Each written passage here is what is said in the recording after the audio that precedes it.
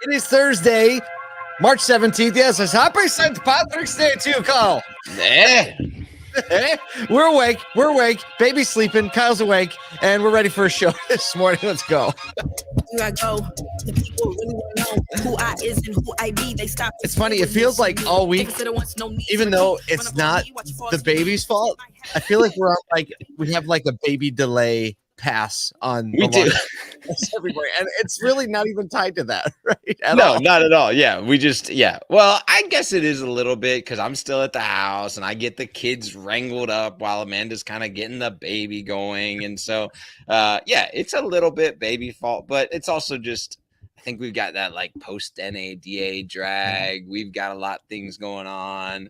Every morning is full of so much in the world. I feel like, you know how that one time back at the end of the year, the last week of the year, we were like, hey, anyone got any news out there or things we can talk about in the world? And it was like top 10 countdowns, right? Right. It's like the news desert. It's like the 10 best ways to spend, New Year's or whatever. And it's like, oh, no. Now we've got inflation and Ukraine, and we've got Fed rates, and we've got cool things about Starbucks. Yes, it's just everywhere. So it's a lot of fun, and we have to rein all that in, right? The cool things about Starbucks aren't even in. Oh, what are the cool things about Starbucks? That was yesterday. Yesterday. The cool things about Starbucks. Well, good morning. He was like, I forgot that. I slept since then, Kyle. It was so cool. It was so cool. I just passed right by. Hey, I just realized we didn't talk about on the show at all. We did the big announcement that we made at NADA Saturday morning. We have a live stream. We'll try to. I'll link it up in the show notes in the podcast platforms when we launch it. But we made a massive announcement for us on Saturday morning, and that is so you may have known Automotive State of the Union. Depending on when you came into the community, maybe as far back as 2 years ago when we had the very first live stream, but it kind of plodded on for a year and a half ish. Right. Kyle and I got together. I started doing some stuff. And then, Kyle pulled right up next to me in the Automotive State of the Union world, really started picking up more velocity at that point. And we made a decision a few months ago. Actually, I think the decision was probably made at Digital Dealer Vegas when we realized this has to be a primary trajectory. It can no longer be the thing that's on the side. This has to be a primary trajectory. So what we did was actually formed it into a corporation. And we raised an initial round of funding from only dealers. So we are the very first, and we just announced this last Saturday. We announced who the investors were, and we'll say them again, but we are the only dealer-owned media company in automotive because it's important to us that we stay close to the needs of the dealers. And who better to do that? How better to do that than actually have owners who are dealers? Then also on the flip side, right? On the flip side, it's how do you maintain and encourage healthy dealer-vendor relationships, but by having actual dealers in this media organization that's are able to give quick feedback and really, I think, a lot of accountability, right? Like we're not going to be promoting trash. Right. Exactly. Here's the thing. And we've already been, I love that. What I feel right now, and maybe it's because we're still in like that grassroots area, is just that people are willing to go, do you really want to be about that? Is this exactly how we should be communicating as dealers, as that's our primary focus, that the dealer, not just the owner or operator, but everybody in the dealership is the primary focus of gathering everyone around, whether it be our investors or the community. Like if you're part of the community and you're listening to something on the podcast or watching or reading the email and there's a red flag that goes up, we want to hear about that. We want to, this is a conversation. It's not a speech, right? Yeah, no doubt. I mean, we talk about troublemaking, right? But the spirit of troublemaking isn't just to break things. It's actually to move things forward. So like when there's feedback or maybe a little criticism or maybe, you know, some tough stuff, really the spirit behind it all is that we can all agree and move forward and make it better, make it faster, make it more beneficial for the consumer. So a list, we're going to tell you 6 of the 7 investors. One is yet to be revealed, will be soon.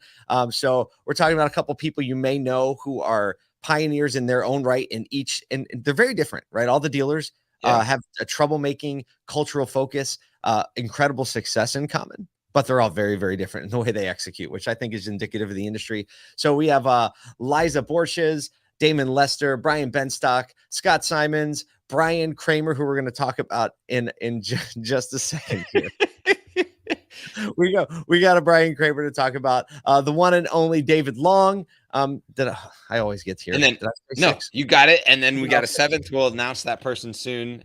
We just got to get a couple things clear on that one. But so those are the 6. And like you said, what I really love about it is there's some diversity in thought, the way they do business, the type of capacity that their dealerships have, whether they're managing multiple stores or single rooftops, right?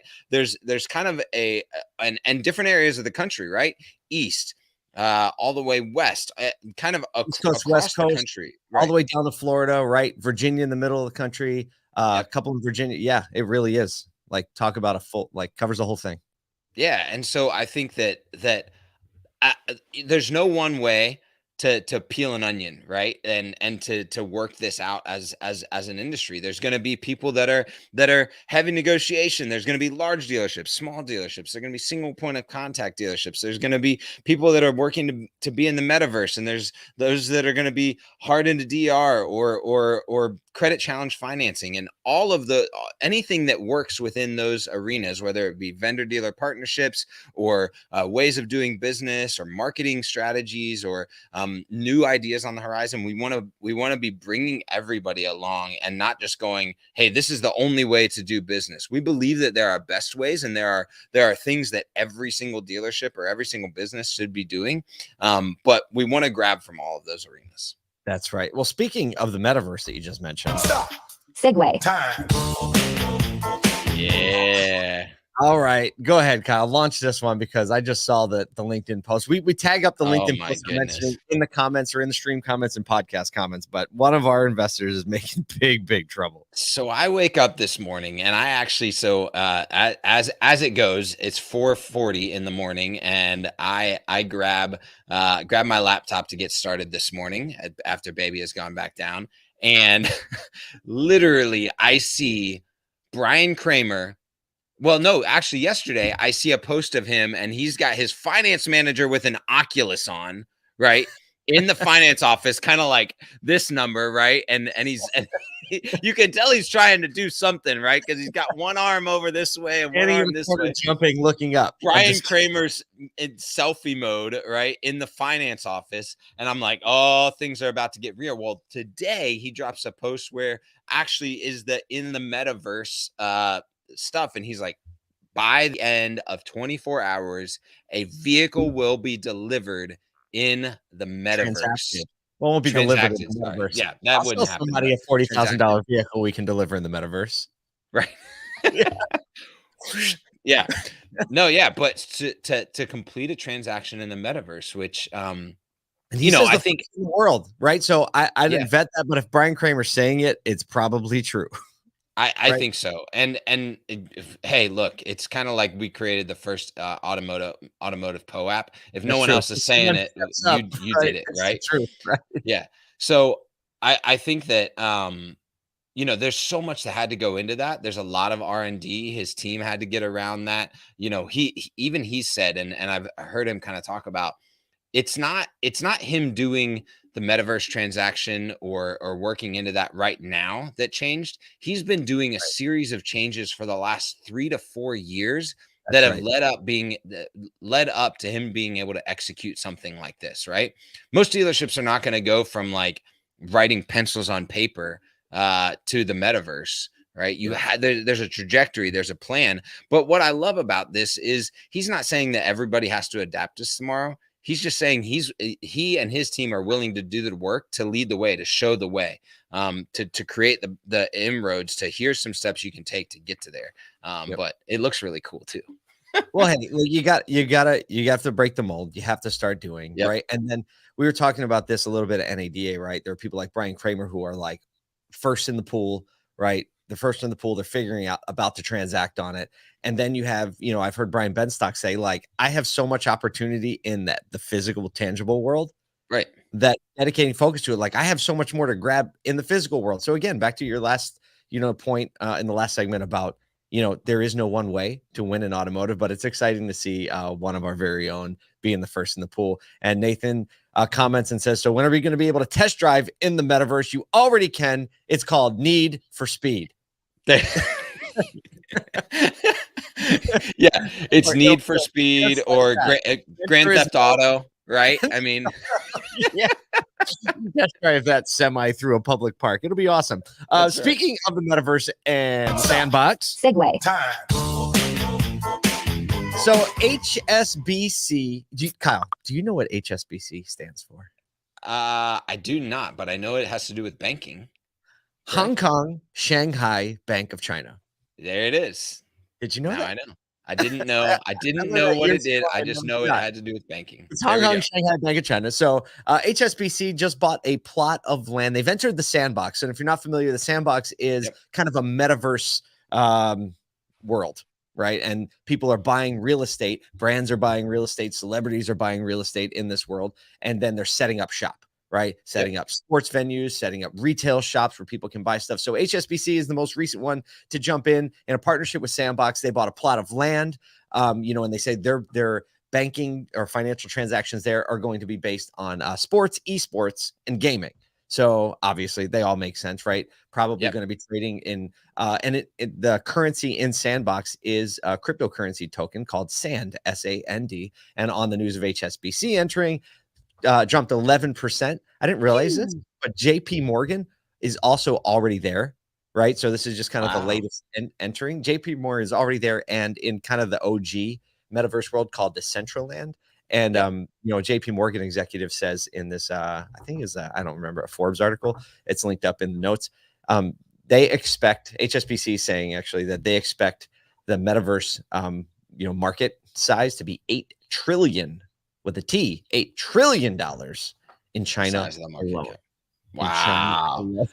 So here's what's interesting to me. 2 things. One is that I do think that there's a unique opportunity in the sports genre because esports and gaming has been so popular and it already has that like metaverse-esque feel, right? No friction. It's just it's going to be the first and easiest thing to transition into a more realistic metaverse type version of stuff. I mean, you even think back to like the 90s when everyone was kind of doing, the like all the movies were saying like this is what it's going to be like, and they had holograms and stuff. It was all around boxing or sports or that. Right. That's already tuned up in our brain. So I think that's my first comment. The second comment, and everyone keeps saying this, they're buying real estate or they're buying plots in these lands, and I'm wondering if places like Decentraland or Sandbox are going to start limiting the available real estate, right? Because in the world, I think it's already limited. Okay, because in the world, there's a limited amount of real estate, right? And so, you can't just build on the world until you go to Mars, right? And that's what drives value up in certain areas and in certain, like pockets on this is closer to this or this is closer to here, right? That's the truth. So. I mean, it rings true in the metaverse. Like location is still the primary value proposition of any piece of land, because like say there's a sports complex, right? A gaming, you have to go there to go in to participate in the event. So if there's a Nike store in the corner, right, you're just already in that proximity, even though you could fly to the Nike store, wherever that is, however that works. Proximity still matters.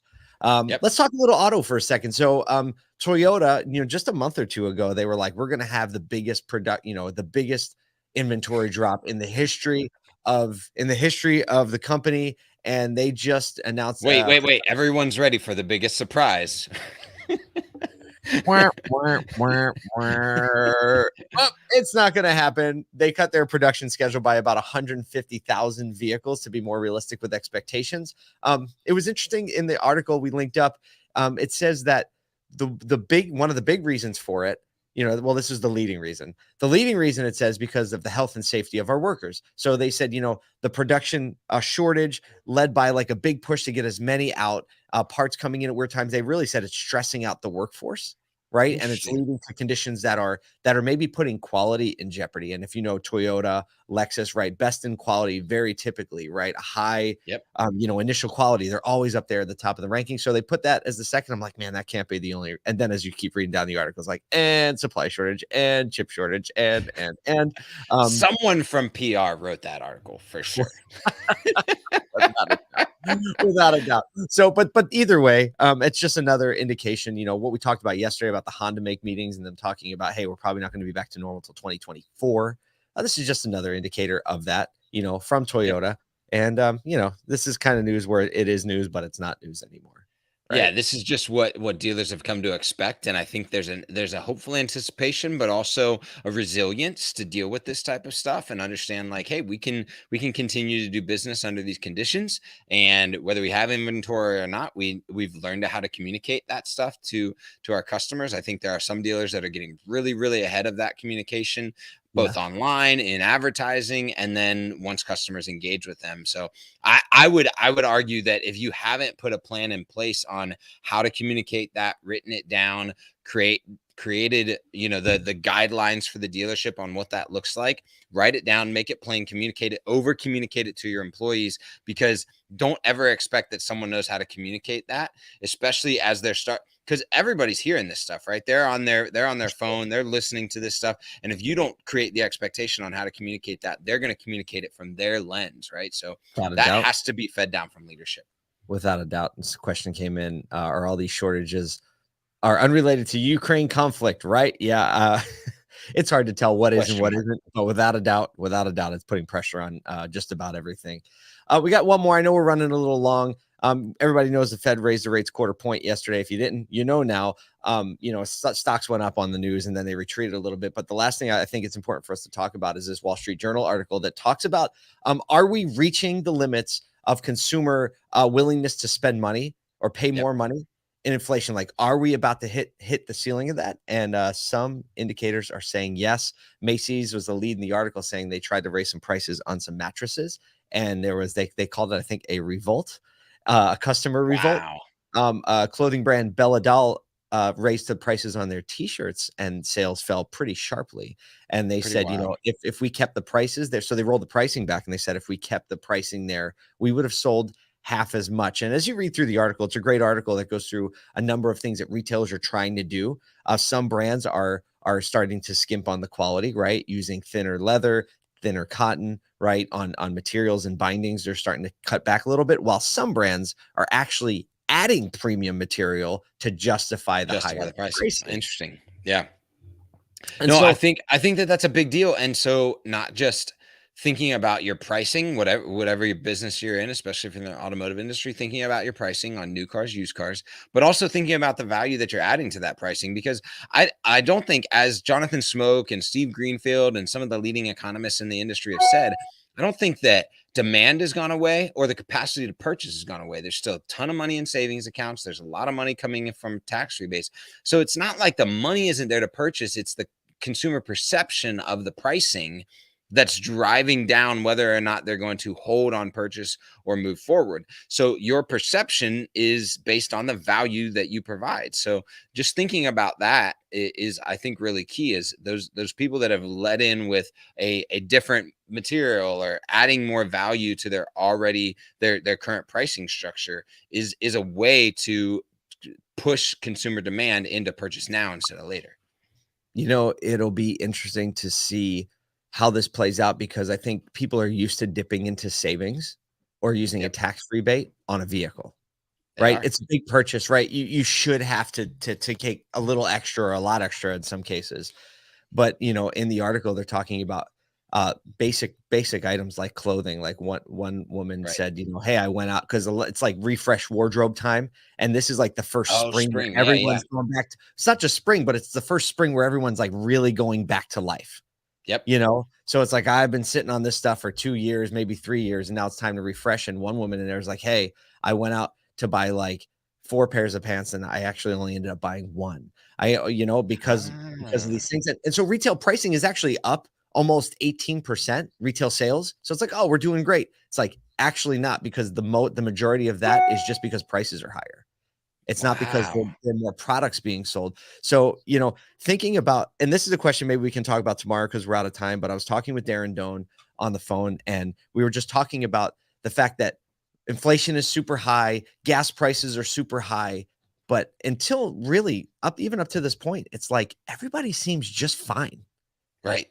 Companies seem just fine. Everybody's making a lot of money. People don't seem to be panicked. And Darren says to me, he's like, you got to ask the question, like, who's losing in this? Right. Somebody's got to be losing. And my thought that I'll submit here is that I think we're all losing because the value of our actual money is going away. And when you put so much money into the economy to stimulate it, there's like a lot of cash around, but I think there's a carpet to be pulled because it's so weird that prices are super high and companies are super profitable. And everybody's like, and after what we just went through, everybody's fine. It just doesn't add up. Woo, what a way to leave people on a Thursday, man. You're just going to leave them hanging like that. That's brutal. Well, that's what we're trying to make you think. Let us know what you think. Sign up for the email ASOTU.com and hit the reply button when it comes in. Let us know. We love the comments. We'll talk to you next week or tomorrow.